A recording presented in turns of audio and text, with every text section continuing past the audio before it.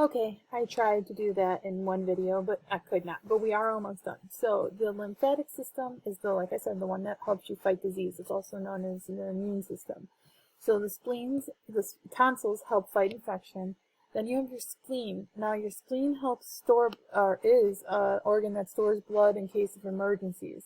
It is also involved with the lymph nodes and the thymus and the bone marrow and making white blood cells. So this is where your white blood cells come from. And remember, your white blood cells are the ones that help fight infection and fight off disease when it enters your body. So these are the main organs of the lymphatic system. Now the system has three functions.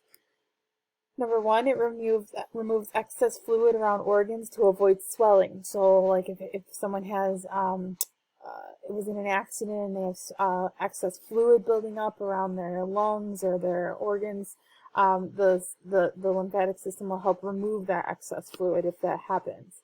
They also are responsible for absorbing and transporting fats around the body. And like we just mentioned with the lymph nodes, the thymus, and the bone marrow, they produce white blood cells which help your body fight against disease and infection.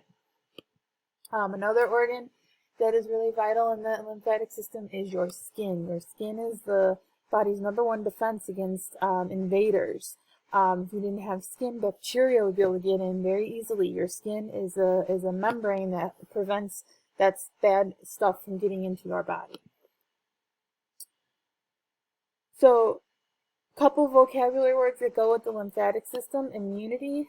Immunity is the resistance to specific pathogens or disease-causing agents.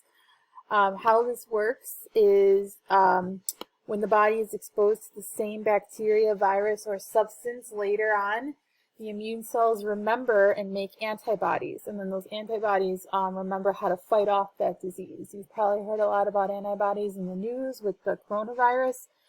People who had the coronavirus or think they had the coronavirus are doing antibody tests to see if they then have those antibodies to help fight off the disease in the future. And they're seeing if maybe donating this blood plasma and these antibodies to people who currently have coronavirus can help with the curing that virus faster in those individuals.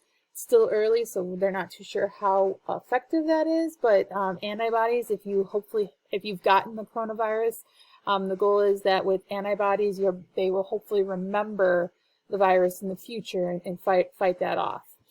The problem with that is if it's like the flu, there's a lot of different versions of the flu, so whenever someone gets the flu, it doesn't mean they're automatically never going to get it again because there's different strands of the flu. So the antibodies will fight off that one specific strand, but maybe not, the next strand that comes the next winter, which is the same with what they believe with the coronavirus. Antibodies recognize, like I said, the disease, and then hopefully the goal is for those antibodies to fight off that disease faster so that it doesn't impact the person as much the next time around. All right, last slide. There's two main groups of diseases.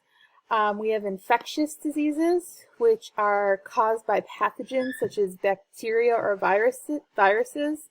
Are they contagious? Are infectious diseases contagious? Yes, usually they spread from one person to another. Some examples of infectious disease, these are only a couple, would be like the flu, colds, strep throat, chickenpox, and COVID-19 with everything happening in the news. Here's a picture of chickenpox, and then here's what strep throat looks like. This is a bad case, but if ever you're not sure if you have strep, take a look in the back of your throat, and you'll have like little white particles on the back. That's the #1 indicator of strep throat. Then you have non-infectious diseases, which are caused by the environment or genetic disorders. They're not caused by a pathogen. So are these contagious? No, they cannot be spread or caught from somebody. Just a couple examples of some non-infectious diseases would be skin cancer, any cancer actually, diabetes, heart disease, allergies. There's a whole bunch of non-infectious diseases. And the reason why they're talking about diseases is because this goes with the lymphatic system, the job of fighting these off. Okay, so that's the end. So I did it in about 20 minutes, so that's pretty good. Hopefully you guys paid attention. Not tomorrow, but Thursday, you'll have a couple more systems we'll talk about.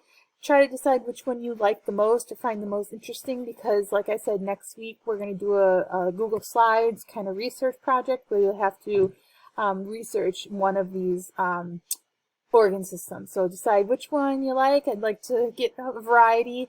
I don't want to keep looking at the same slide or the same system. So even though maybe you've never heard of the lymphatic system, it is a really interesting one, and it's got some interesting things that go along with it. So just kind of, you know, think outside the box with that. So I hope you guys are doing well, and I will be doing a Google Meet this week to talk about that project next week, and I will talk to you guys then. Have a good day. Bye-bye.